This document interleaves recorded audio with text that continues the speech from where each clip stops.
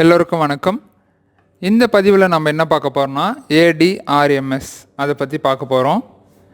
So இதுக்கு முன்னாடி பார்த்திங்க அப்படின்னா ADLDS active directory light weight directory service அப்படின்றத பார்த்தோம். இந்த MCSA MCSE விண்டோஸ் சர்வர்னுடைய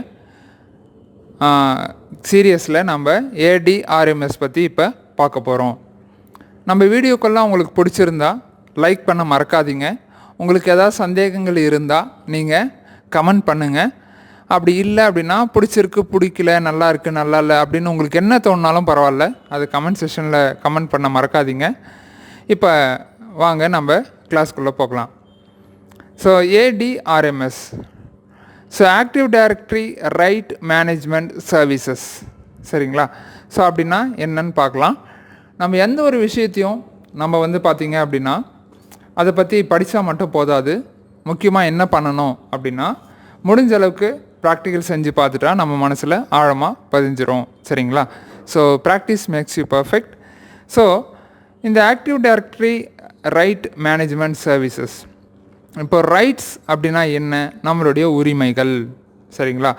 இப்போ இது என்ன பண்ணுதுன்னா உரிமையை மேனேஜ் பண்ணுது, அதை பார்த்துக்குது அப்படின்னு நம்ம இங்கே புரிஞ்சுக்கணும், சரிங்களா? ஏன்னா எந்த ஒரு விஷயத்தை படித்தாலும் அந்த வார்த்தையிலேயே பார்த்திங்க அப்படின்னா நமக்கு அதுக்கான பாதி அர்த்தம், சில இடத்துல முழு அர்த்தங்கள் கூட அதில் இருக்கும். தமிழ்லலாம் பார்த்திங்கன்னா ஒரு எழுத்து மாறும்போதே நமக்கு நிறைய அர்த்தங்கள் மாறி நிறைய விஷயங்களை கொடுக்கும், அது உங்களுக்கே தெரியும்.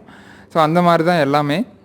ஸோ அதுக்கு அடுத்து தான் பார்த்திங்கன்னா helps to protect information from unauthorised use அப்படின்னு சொல்லுது. அதாவது இப்போ தேவையில்லாமல் தவறாக பயன்படுத்தக்கூடிய இன்ஃபர்மேஷனை அப்படி பயன்படுத்தாமல் பாதுகாக்கிறதுக்கு, அதாவது தகவல்களை தவறாக பயன்படுத்தாமல் பாதுகாத்துக்கிறதுக்கு இந்த ADRMS பயன்படுதுன்னு சொல்கிறாங்க. அதுக்கு அடுத்ததாக it establishes the identity of users and provides authorized users with license for protect information. அது இது என்ன பண்ணுது அப்படின்னா ஒரு யூசருக்கும் ஒரு ஐடென்டிட்டி, அதாவது தனியாக ஒரு நம்பர்னு வச்சுக்கலாம், இல்லை ஏதோ ஒரு விஷயத்தில் அது அந்த யூசரை ஐடென்டிஃபை பண்ணும், ஓகேங்களா? அதுக்கப்புறம் யூசரை எல்லாரையும் ஐடென்டிஃபை பண்ணிவிட்டு ஆத்தரைஸ்டு யூசர்ஸ்க்கு மட்டும் என்ன பண்ணணும்னா லைசன்ஸு கொடுக்கும், ஓகேங்களா? கொடுத்து என்ன பண்ணணும்னா அந்த டேட்டாஸை ப்ரொடெக்ட் பண்ணும், ஓகேங்களா? அந்த ஆத்தரைஸ்டு யூசர்ஸையும் அவங்களுக்கான லைசன்ஸையும் வச்சு ஒரு டேட்டாவை என்ன பண்ணணும்னா இது இன்ஃபர்மேஷனை ப்ரொடெக்ட் பண்ணும் அப்படின்னு சொல்கிறாங்க, சரிங்களா?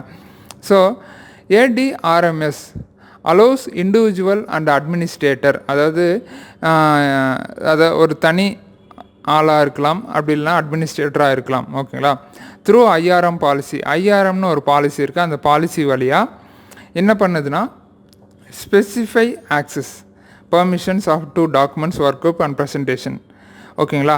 This helps prevent sensitive information, அதாவது சென்சிட்டிவாக இருக்கக்கூடிய தகவல்களை பார்த்திங்கன்னா இது பிரிண்ட் பண்ணாமல், ஃபார்வர்ட் பண்ணாமல், காப்பி பண்ணாமல், வேறு யாராவது அன்ஆத்தரைஸ்டு பீப்புள் ஆக்சஸ் பண்ணாமல் பாதுகாக்கிறது தான் இந்த ADRMS அப்படின்னு சொல்கிறாங்க. ஸோ விண்டோஸ் சர்வருக்கு கீழே ஒரு கிளைண்ட் மிஷின் இருக்குது அப்படின்னா அந்த சர்வரில் இருக்கக்கூடிய தகவல்களை இந்த பர்டிகுலர் யூசர் தான் யூஸ் பண்ணணும், இந்த பர்டிகுலர் யூசர் தான் அதை பார்க்கணும், இந்த பர்டிகுலர் யூசர் தான் அதை காப்பி பண்ணணும், இந்த பர்டிகுலர் யூசர் இதை ஓப்பனே பண்ணக்கூடாது, இந்த மாதிரி நிறைய விஷயங்களை பார்த்திங்கன்னா இந்த ADRMS மேனேஜ் பண்ணுது அப்படின்ற மாதிரி இங்கே குறிப்பிடுறாங்க, சரிங்களா? ஸோ இந்த வீடியோ உங்களுக்கு பிடிச்சிருக்கோம் அப்படின்னு நான் நம்புகிறேன். பிடிச்சா புரியலையா அப்படின்றத நீங்கள் கமெண்ட் பண்ணுங்கள், லைக் பண்ணுங்கள்.